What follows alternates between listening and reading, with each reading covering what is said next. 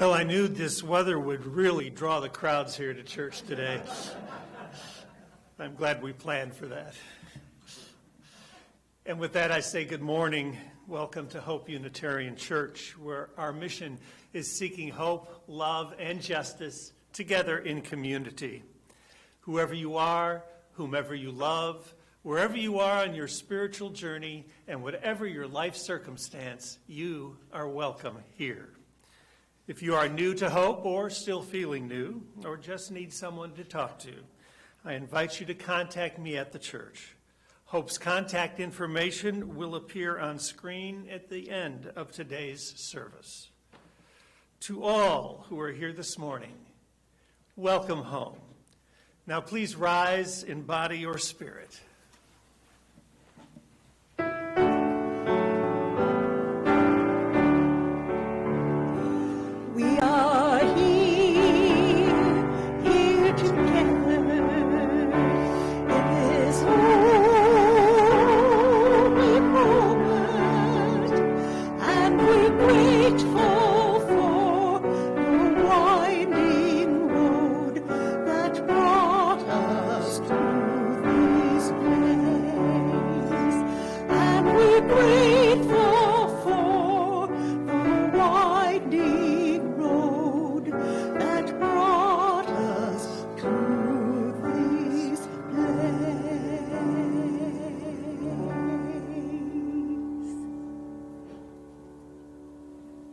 You may be seated.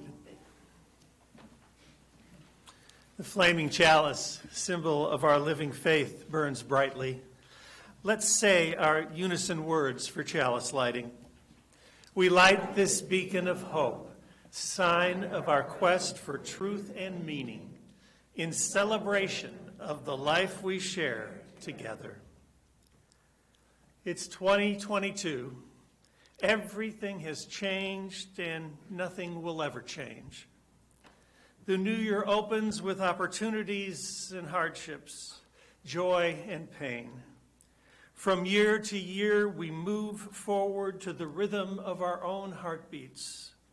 From age to age, we hear the call of our ancestors. Only love will last. Please join me in reciting our living covenant. Love is the spirit of this church, and service its law. This is our great covenant, to dwell together in peace, to seek the truth in love, and to help one another. Now please lift your voices to sing hymn number 12, O Life That Maketh All Things New. And please rise as you are able.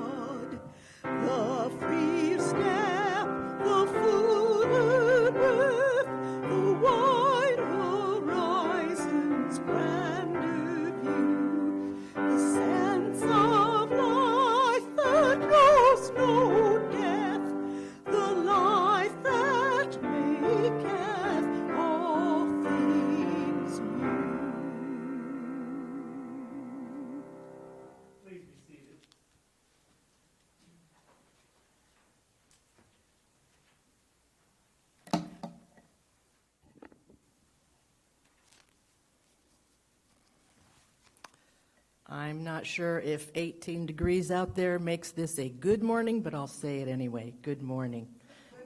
And Happy New Year. I'm Ada Galley, and the announcements today are, first, thanks to everyone who has already made a year-end donation. The generous donor who offered the matching gift has extended the matching period through January 31st. This will allow those of you who need to wait to make the contributions until after the end of the year to do so. We have already received $14,500 towards our goal of $30,000. Every contribution, large or small, furthers us toward meeting the matching goal. Thank you for your consideration, and as always, thank you for your generous support. Stone Soup Sunday has been postponed. Out of an abundance of caution due to the rise in COVID cases, the Stone Soup Sunday event that had originally been scheduled for January 9th has been postponed. We hope to reschedule later in the year. For the ladies, Women of Hope has been canceled, and it will be rescheduled next month. Cocktail Hour with Reverend Greg resumes Thursday, January the 13th from 4 to 5 p.m. and continues weekly on Zoom. All are welcome to attend for lively conversation and provocative questioning. That sounds interesting. Please join us. The Aesthetics Committee needs your help to take down the greens and Christmas decorations here at the church. Join us Saturday, January the 8th at 10 o'clock to ring out the old and ring in the new. All are welcome. Choir rehearsals have moved to a new time in 2022. Starting in January, this coming Wednesday, the 5th, choir practice will take place Wednesday evenings at the church from 6 through 7:15 p.m. Choir practice will not take place on Wednesday, January the 19th. Please contact Hope's Director of Music, Darren Onque, with your choir questions. Ushers and greeters are needed Sunday mornings on Hope Hill. What's a church without ushers and greeters? Make this the year you serve the church's ministry of hospitality. Remember, it's what drew you here in the first place. Contact the church office to volunteer, please. Feeling down in the new year? You are not alone. Reverend Greg offers pastoral care and spiritual counseling to all Hope members. To make an appointment, please call the church office. Greg can also offer referrals to other helping professionals. Whatever you do, don't go it alone. Thank you for joining us this day. We're happy you're here.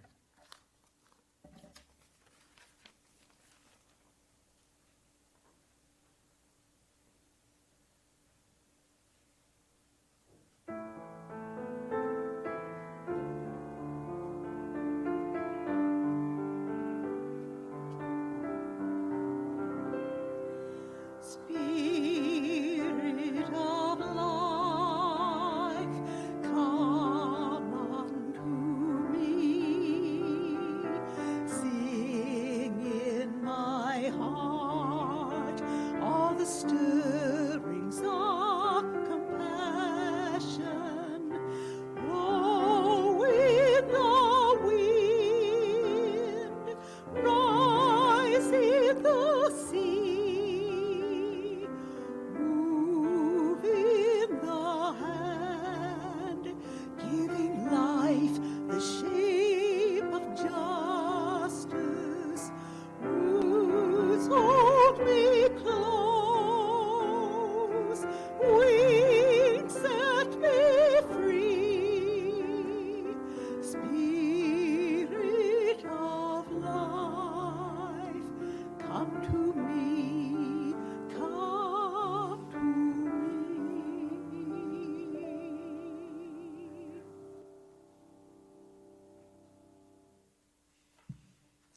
Today we share in a blessing for losers, risk takers, all failures far and wide.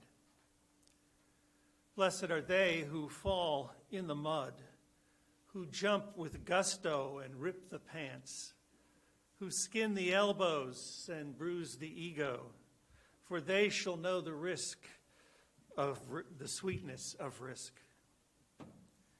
Blessed are those who make giant mistakes, whose intentions are good but impact has injured, who know the hot sense of regret and ask for mercy, for their hearts will know the gift of forgiveness.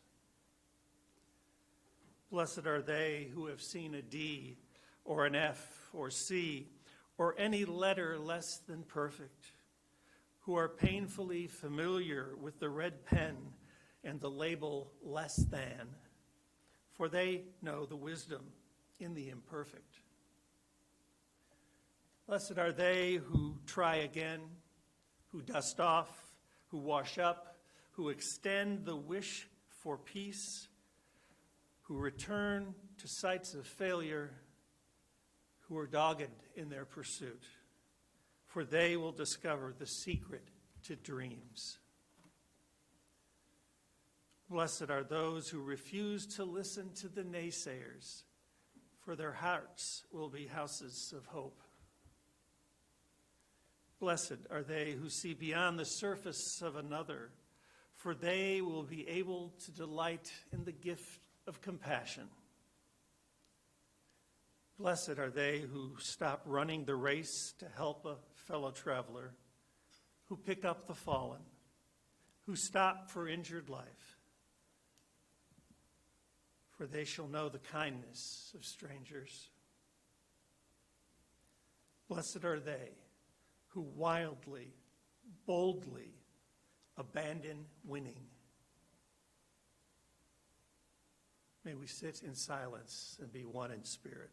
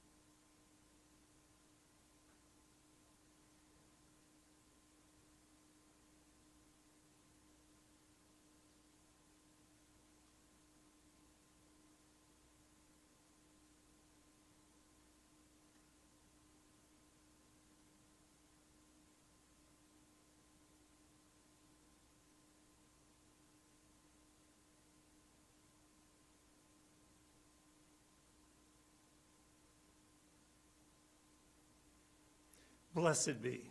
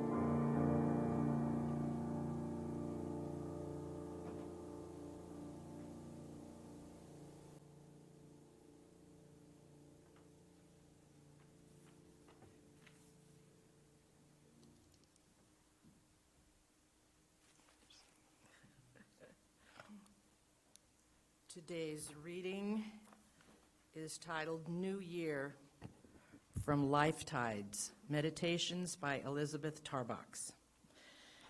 It's strange to talk of New Year's resolutions when so little can ever be resolved. Resolving to me means completion, packaging, the tying up of loose ends. I'm lucky if I resolve the laundry or tonight's supper. I can never hope to resolve my feelings or my behavior. The best I can do is to try to write about these feelings that have no name, that crowd each other, bubbling up sometimes like a mountain spring, and more often like a broken fire hydrant. My days are a series of unresolved feelings.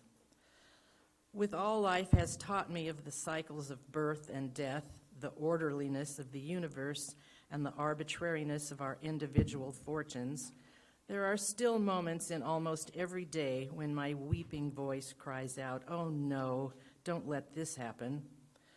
I plead for intercession, for the breaking of grace, for love to resolve things in my favor. I experience joy in the wonder and excitement of creativity.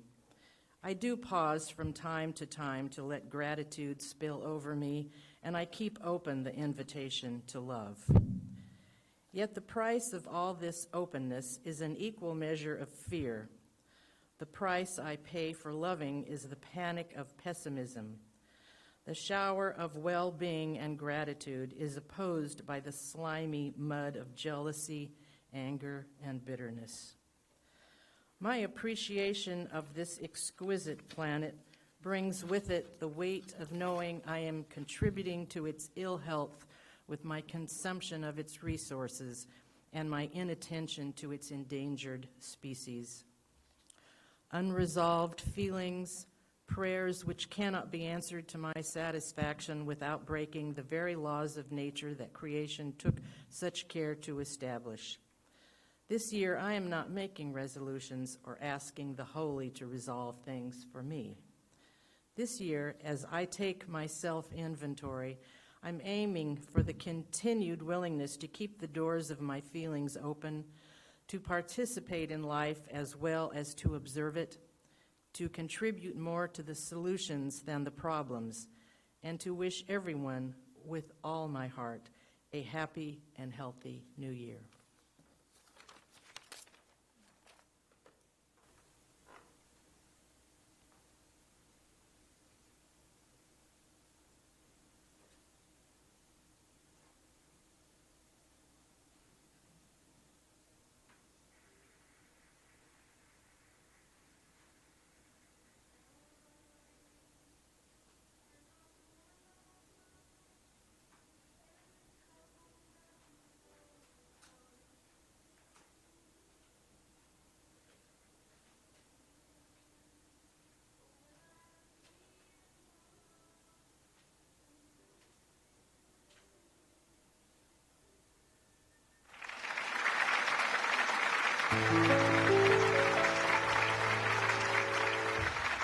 when the bells all ring and the horn.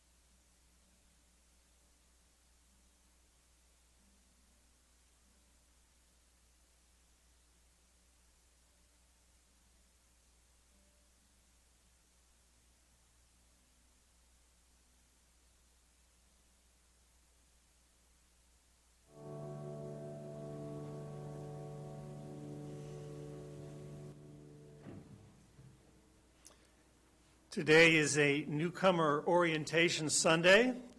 If you'd like to know more about this church and Unitarian Universalism, I invite you to meet with me in my study directly behind this sanctuary.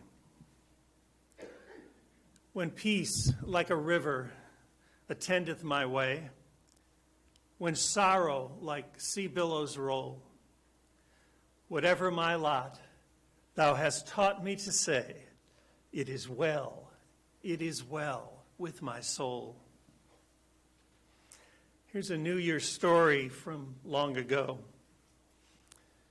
It is bedtime at the Stewart household. Fortunately for the parents, our kids cannot tell time very well. They're very young. So bedtime is anytime between 7 and 9 p.m. Alan, that is not the sun. It's a very full moon. Now go to sleep. Don't worry, the boys always get back at us at the tip-top of the morning or even earlier. Will you look at those overcast skies, exclaims Arthur, at 4 a.m. with cereal box in hand. At bedtime, whenever it occurs, we employ the traditional large family approach to this tormented time. Divide and conquer. Now, it may sound a bit militaristic, but the divide and conquer approach is designed to ensure both the safety of the children and the sanity of the parents. Have you ever noticed how cute children look when they are sleeping?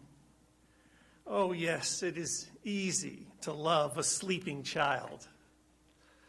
Their soft breath across the hand, the slight rise and fall of full tummies, and the casual curling of little toes and fingers all give absolutely no indication of our kids' affinity to weapons of mass destruction.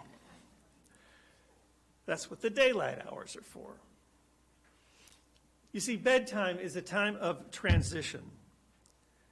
Divide and conquer is the first step toward ending the warfare of daytime and to seek the welfare of night. So Stillman, bless his heart, my husband, puts to bed our oldest boys, Arthur, Javante, and Deontay. And I pitch my pup tent on the floor of the bedroom of David and Alan. Phase 1 of our Homeland Security Plan is accomplished. Now, I don't know much about Stillman's methodology from this point on, but I do hear through the walls a lot of redirect, as we call it on the battlefield. Deontay, be quiet. D, I told you to be quiet. Deontay, I really mean it. Be quiet. D, this is the last time I am going to tell you, be quiet. Deontay, evidently it works because eventually this chant of a lullaby results in a nightly peace accord, a temporary ceasefire. Meanwhile, I am in with Alan and David. They have bunk beds and thus are in better positions to finish off Father with last-minute stuffed animal attacks, lobbing them from their bedside to the floor like so many smart bombs. Me, I lie on the floor, I shield my face, and wait until they run out of ammunition. Then I hear David request softly, "Daddy, hand." I gently grasp his tiny brown hand, take a deep breath, and then we break into show tunes. Well, not show tunes, actually. I am not that gay. But we do wind down. You heard it. But we do wind down, the three of us, by singing. And the songs we take turns singing are not your usual rockabye baby lullabies. These are California-born kids, little Hollywood heretics. So we sing the theme songs from television shows of the 1960s and 1970s, the kind you hear on Nick at Night or TV Land. So first, Alan usually sings the theme song to Gilligan's Island. Just sit right back and you hear a tale of a faithful ship, and on it goes. He even gets the vocal inflections right when he intones the cast of characters. Do you remember this? With Gilligan, the skipper too, the millionaire and his wife, the movie star, Professor and Mary Ann, And then he fast tracks to a piercing falsetto, which I'm not going to do. Here on Gilligan's Isle. Well, we flash the bedroom lights on and off. He takes a bow from the upper berth, and then there is applause all around. Not to be outdone, our youngest family member, David, aims to please the judges by challenging traditional family values with his own rendition of the Brady Bunch theme song. He goes like this. Here's a story of a lipstick lesbian who was bringing up 3 very special girls. I have to hold back my own giggles when he gets near the end of the song. So one day when this lady met this lady, and she knew that it was much more than a hunch, that this group should somehow rent a U-Haul, that's the way they all became the Brady Bunch.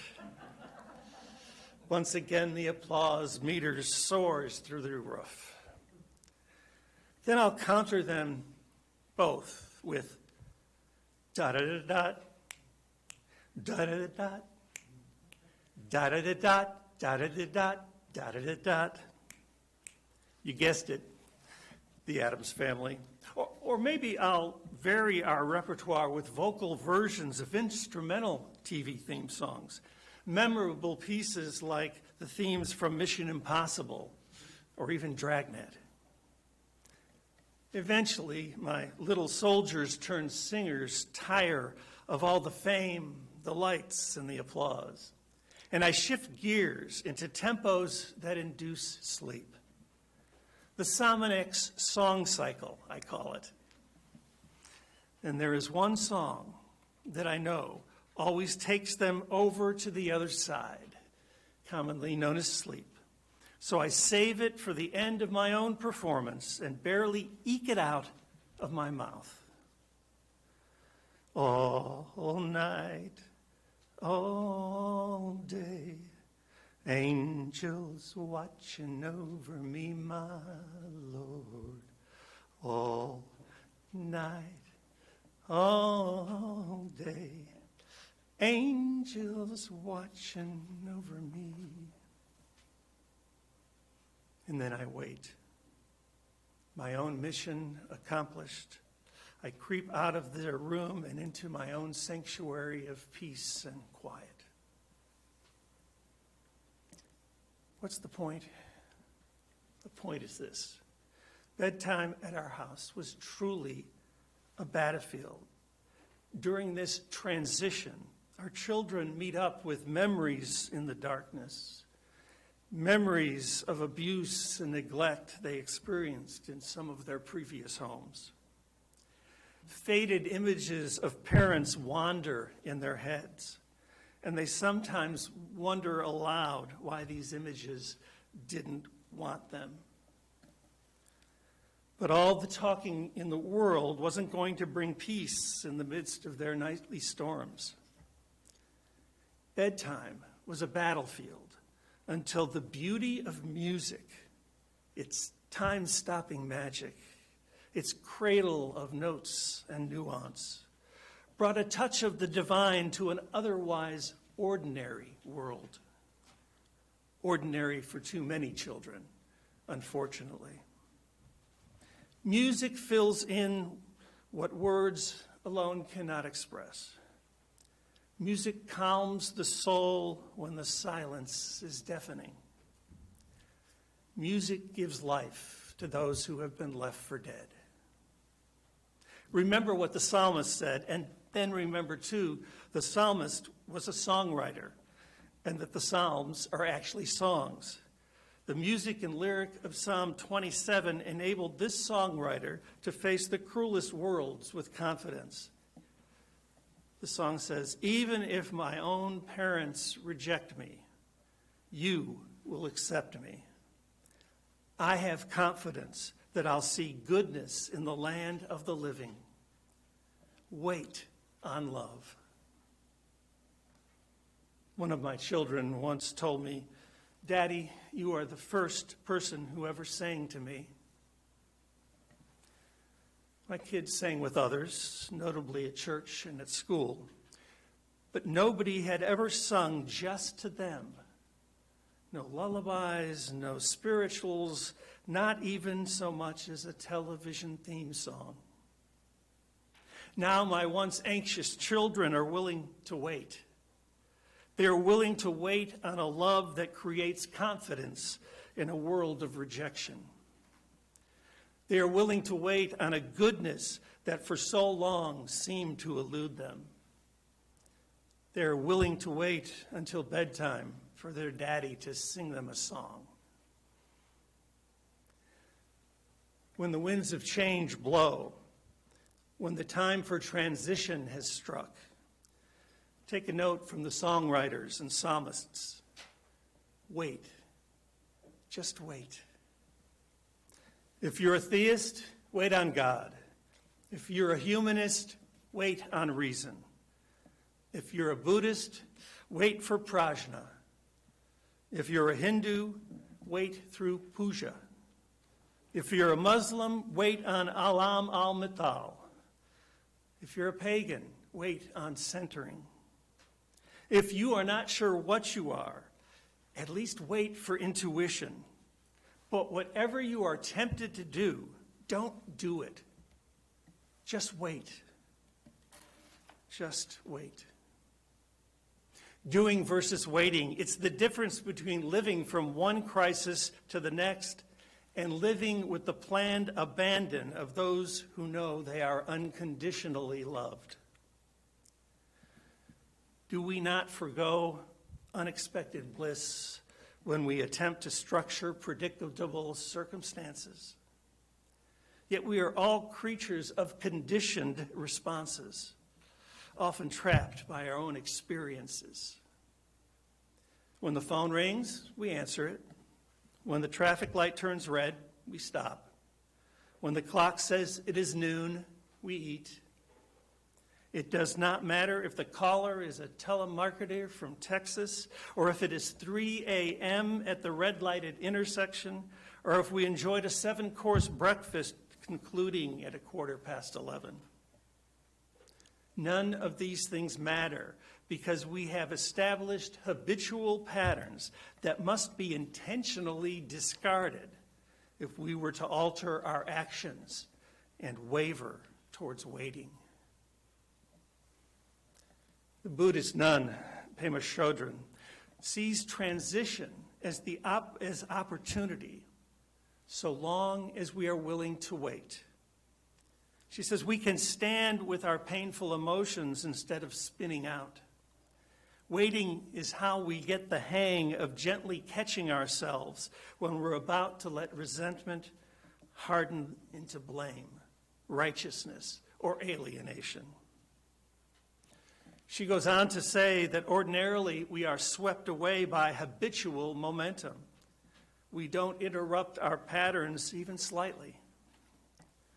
When we practice waiting, however, we learn to stay with a broken heart, with a nameless fear, with a desire for revenge, with all the trappings of transition. Sticking with uncertainty, says Chodron, is how we learn to be cool when the ground beneath us suddenly disappears. In other words, waiting accomplishes what doing cannot. Back when America was still on the grow, with the West still being one, a government agent was standing at a general store where a homesteader approached the proprietor for a line of credit. "Are you doing any fencing this spring, Josh?" asked the storekeeper. "Sure am, Will," said the rancher. "Fencing in or fencing out?" asked Will. "Fencing in," replied Josh, "taking in another 360 acres across the creek." "Good to hear it, Josh. You have the credit. Just tell Henry out back what you need." The government agent couldn't make much sense of this. "I've seen all kinds of credit systems, but never one like that. How does it work?" "Well," said the storekeeper, "it's like this. If a rancher's fencing out, That means he's running scared with what he's got. But if he's fencing in, he's growing, expecting good things. He's willing to wait. I always give credit to a rancher that's fencing in. This brings us to the second reason to sit with transition rather than run with it. Waiting fences the world in, while doing fences the world out. I cannot tell you how many times I have heard it. Over and over, thoughtful, intelligent people of liberal faith who find themselves in a web of transition, determined to drop their duties at church.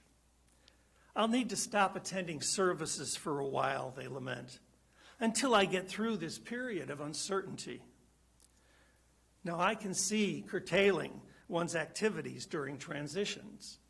In fact, I'm calling for it. It's part of interim ministry to slow down, to reflect. But to eliminate one's worship life is to reject the waiting room of the Spirit, filled with folk who wait on the still small voice from within. This is akin to staying away from the emergency room until your heart starts beating again. In times of transition, don't lock love out. Instead, fence faith in by waiting with healers who are willing to hold a trembling hand until the wait is over. You are not alone. So many of us have been there. As Henry Nouwen says, we are all wounded healers. So wait with us. We've been waiting for you. I offer a final observation that suggests it is best to wait through life's transitions rather than wade through troubled waters. And it is this: life does not happen to us.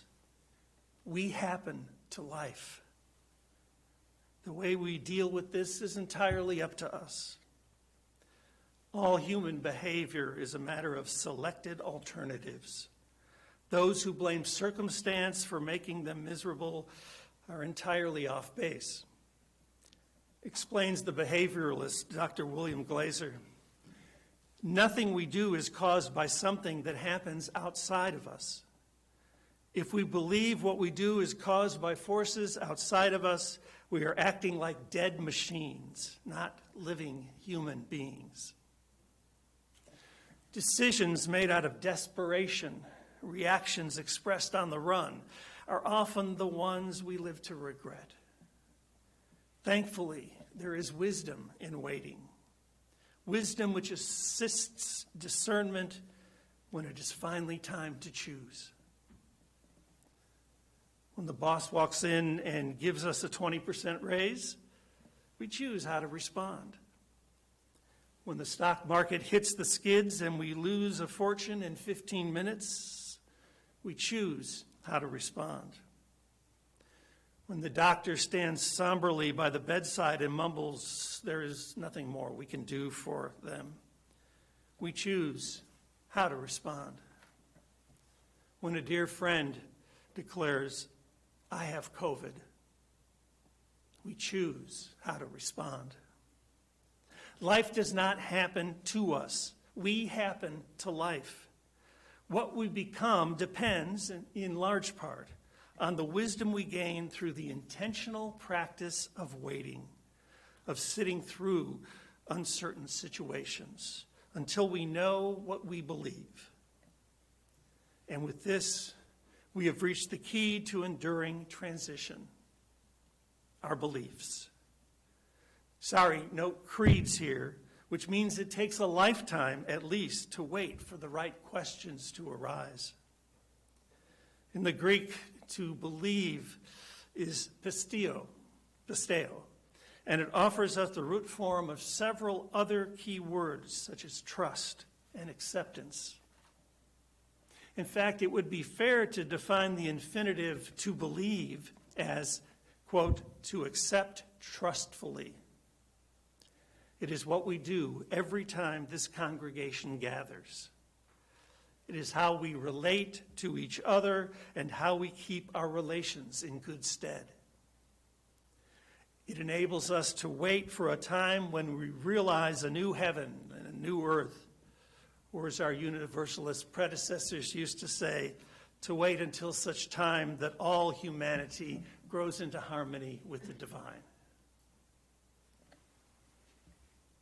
Back at home lays a little 4-year-old who is ready for bed. He doesn't know we are his third family, and after being left in the hospital and then given up at the age of 2.5 weeks by parents who tired of feeding him through the night. He knows neither of his prenatal exposure to drugs and alcohol, nor the effect this will have on his future. But he does know this. If he waits long enough and slips his small brown hand into the large white hand waiting for him, his daddy will sing him to sleep. When peace, like a river, attendeth my way, when sorrows like sea billows roll, whatever my lot, thou hast taught me to say, it is well with my soul. To the glory of life. Our generosity recipient for January 2022 is the Roe Fund of the Oklahoma Religious Coalition for Reproductive Choice. The Roe Fund envisions a world where women make their own reproductive health care decisions. The Roe Fund supports Oklahoma women by providing emotional support, financial assistance for reproductive services, and connections to other health resources. The Roe Fund helps low and no-income Oklahoma residents obtain reproductive services, including abortion, referrals, and information. And many of the people who receive financial assistance write thank you letters and tell the fund how their support is essential in their lives. With these families, when these families are more emotionally and financially secure, they often make donations back to the fund to help the next person. Please give generously to the Roe Fund, especially during this time when women's rights are being questioned and curtailed. We now receive your offering for the work of this church in the world.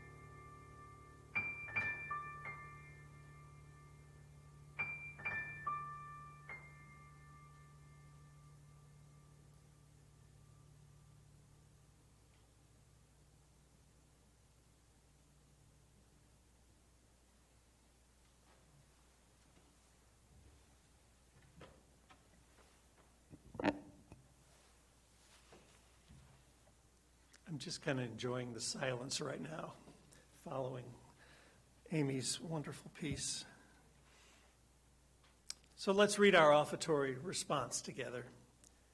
We build on foundations we did not lay. We warm ourselves at fires we did not light. We sit in the shade of trees we did not plant. We drink from wells we did not dig. We profit from persons we did not know. We are ever bound in community. Please rise for our closing hymn, number 95. There is more love somewhere.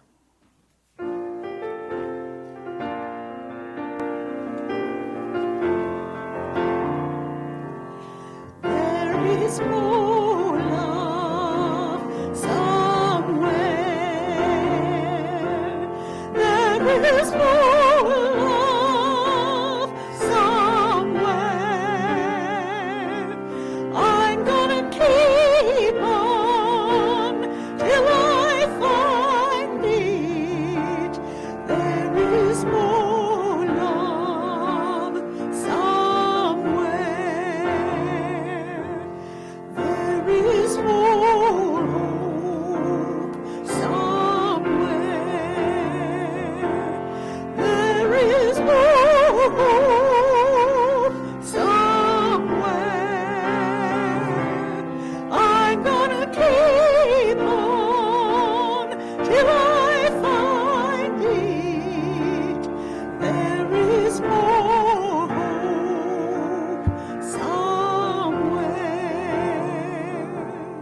There is more peace somewhere.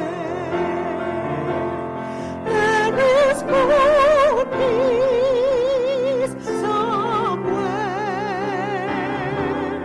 I'm gonna keep on till I find it.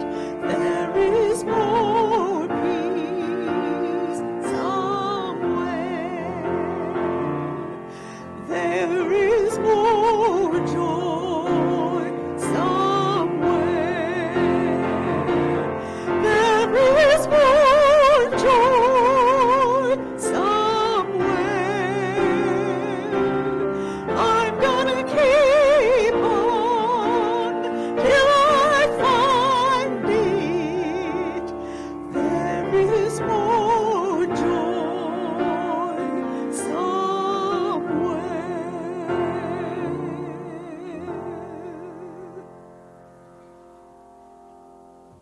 Our chalice is extinguished. Please say these words. We extinguish this flame, but not the light of truth, the warmth of community, or the fire of commitment. These we will carry in our hearts until we are together again. And now may the love that casts out fear and the truth that sets us free lead us forward together. But wait. Amen.